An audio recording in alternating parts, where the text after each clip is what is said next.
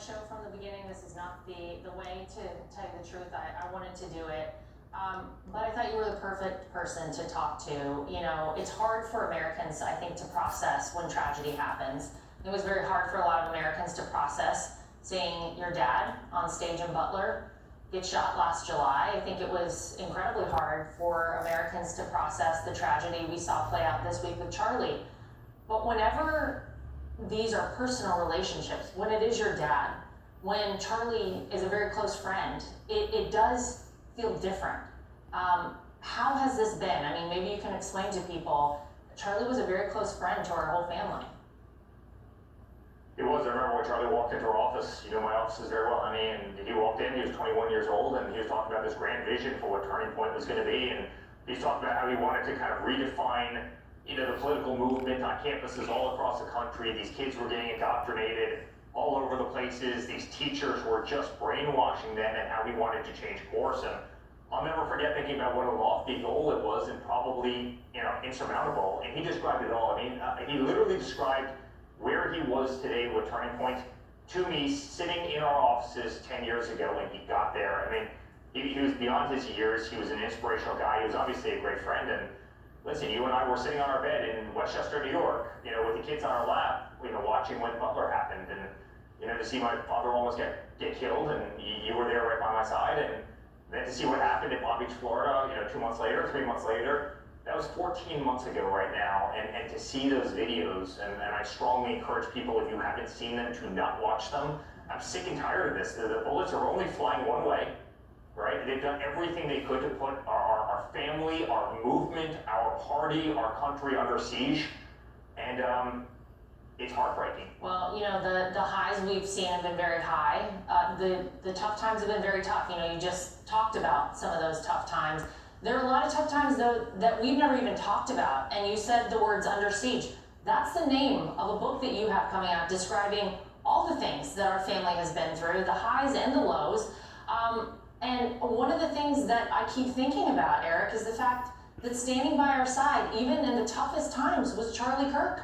They tried to take down our company. They tried to take down all of our friends. They were imprisoning Manafort and General Flynn, and they were imprisoning Bannon, and they were trying to throw our CFO in jail, and they were trying to throw me in jail. They were trying to throw my father in jail. They were trying to divide you and me and our family and Melania and everyone else.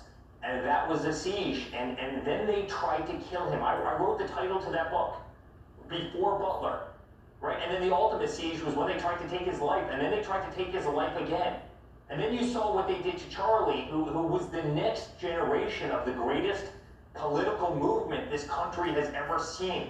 You know, a movement that's born in love, that loves this nation, that loves our American flag, that loves God, that believes in family, that believes in faith, that believes in the Constitution, that believes that America should be the best at absolutely everything they want. And they tried to extinguish that. They tried to extinguish it, my father, multiple times.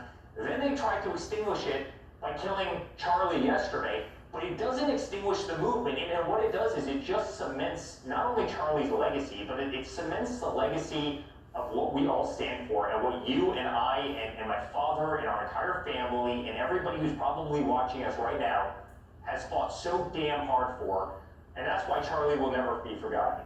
Yeah, I mean, his legacy will live on far beyond anything I think he probably actually could have even imagined, but he worked for it. You know, you talked earlier about the fact that he came and sat down at the office and talked years ago about this grand plan he had. He made it happen. I mean, he really put boots on the ground and he made it happen. But what people saw of Charlie Kirk was out on stage in front of, you know, television cameras. They didn't see the behind the scenes, though. You and I got to see that. Any of us who got to speak at a Turning Point USA event got to see the way Charlie would come off stage after talking for, you know, however much time out to the audience there, and he would go behind the scenes, and he was running things behind stage as well. This was a person who dreamed this up, who did every element of everything that was happening at Turning Point. I'm hopeful someone steps up, Eric. You know, tell people who don't know. This was a guy who really did everything from top to bottom there. Honey, I'll never forget when he called me up to go back to my alma mater, Georgetown, right? This is not exactly a conservative school. This has gone the exact opposite way. And I go, Charlie, is this really a good idea? And he goes, I don't care. Come on, we'll go have some fun. And half the auditorium walked out on the two of us. And, but you know, joking aside, and it was an amazing event. But it showed me his true soul. Somebody asked me the other day, who could take over Turning Point? And honestly, I just kind of shook my head, right? I mean, Charlie was brilliant, and he had an amazing voice, and you know, people loved him, right? I mean, he radiated energy.